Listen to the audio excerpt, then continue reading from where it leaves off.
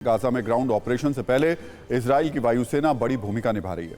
Hamas के headquarter, Hamas के ठिकाने, हमास के गढ़ वाले इलाकों में बैंक, अस्पताल, मकान, सभी इमारतों को इजराइल की मिसाइलें तबाह कर रही हैं। वॉर जोन में मौजूद टीवी9 भारतवर्ष के संवाददाता बता रहे हैं कैसे वायुसेना सुरंगों का सफाया कर रही है। ऐसे ऐसे बमों का इस्तेमाल हो रहा है जो सुरंग के अंदर मौजूद हमास के ठिकानों को तबाह कर रहे हैं।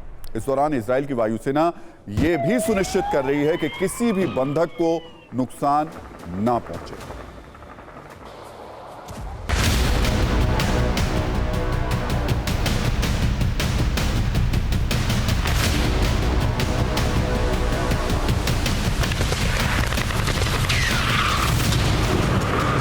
में ऐसे मिसाइल्स का भी इस्तेमाल किया जाएगा जो बंकर्स को बहुत ज़्यादा क्षति पहुंचा सके या फिर जो बहुत डेप्थ में बंकर्स बनाए गए हैं या फिर टनल्स बनाए गए हैं उनको बर्बाद करते हैं। लेकिन उसका टारगेट, उनको अचीव करने का टारगेट तभी होगा जब ये क्लियर हो जाएगा कि उन टनल्स के अंदर, उन बंकर्स के अंदर हॉस्टेजेस को नहीं रखा गया। क्योंकि इजराइल ये जानता है कि अगर वो ताबड़तोड़ हमले करेगा तो फिर उसके अपने लोग, करीबन 200 के करीब जो लोग बताए जा रहे हैं, वो जो लोग जिनको हॉस्टेजेस बना के लेकर गए हैं, वो कहीं उनको नुकसान ना पहुंचाए।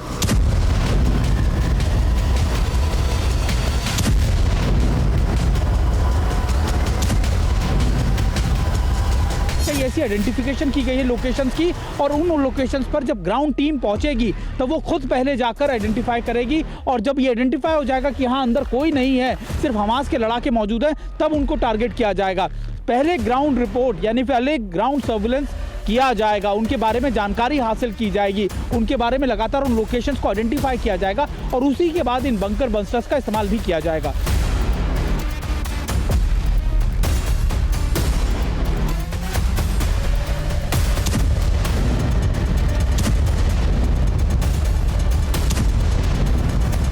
Hamas is holding the people of Gaza hostage, cowardly, using them as human shields. The Israel Defense Forces will destroy Hamas for the sake of Israel, Gaza, and the entire world.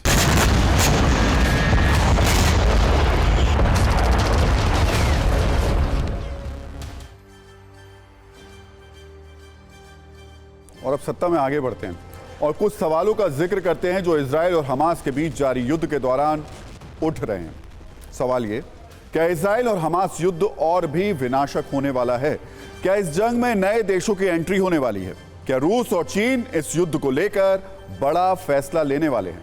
क्या अरब देश इस युद्ध को लेकर बड़ा फैसला कर सकते हैं? इन सवालों की वजह है दुनिया की सत्ता में अगले 24 घंटे में होने वाली बड़ी सियासी हलचल।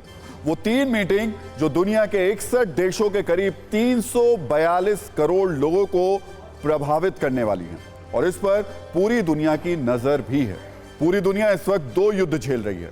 दोनों जंग के बीच बदलते माहौल और बनते समीकरण को भी आप समझ लीजिए। रूस के राष्ट्रपति व्लादिमीर पुतिन चीन पहुंच चुके हैं। वहां उनकी मुलाकात राष्ट्रपति शी जिनपिंग से होने वाली है।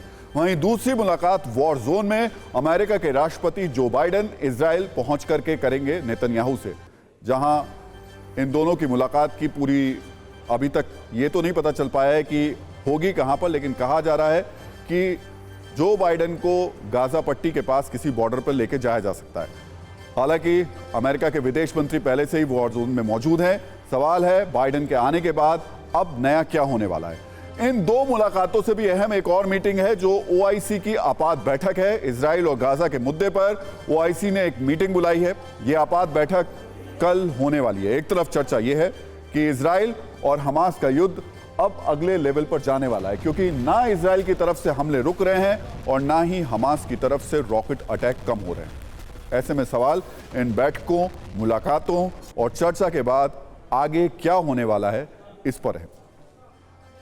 पहले बात करते हैं इजराइल के वॉर जोन में होने वाली मुलाकात की। इजराइल पर हमास के रॉकेट आक्रमण के बाद से ही अमेरिका इस युद्ध पर बयान दे रहा है। अमेरिकी घातक हथियार भी वॉर जोन में पहुंच चुके हैं। अमेरिका के विदेश मंत्री एंटनी ब्लिंकन पिछले 10 दिनों में 2 बार इजराइल का दौरा कर चुके हैं। इस वक्त भी वो इजराइल में मौजूद हैं। अब खुद अमेरिका के राष्ट्रपति जो बाइडेन युद्ध क्षेत्र में पहुंच रहे हैं। सवाल है, इसके मायने क्या हैं? क्या यह हमास के लिए एक बड़ा संकेत है? क्या यह अरब देशों के लिए भी एक बड़ा संकेत है? क्या ये ईरान के लिए भी एक मैसेज है? ऐसे कई तरीके के सवाल लगातार उठ रहे हैं। आपको पहले बताते हैं कि बाइडेन इजराइल में कहां-कहां जाएंगे और कैसे वॉर जोन के बारूदी माहौल को और विस्फोटक बनाएंगे।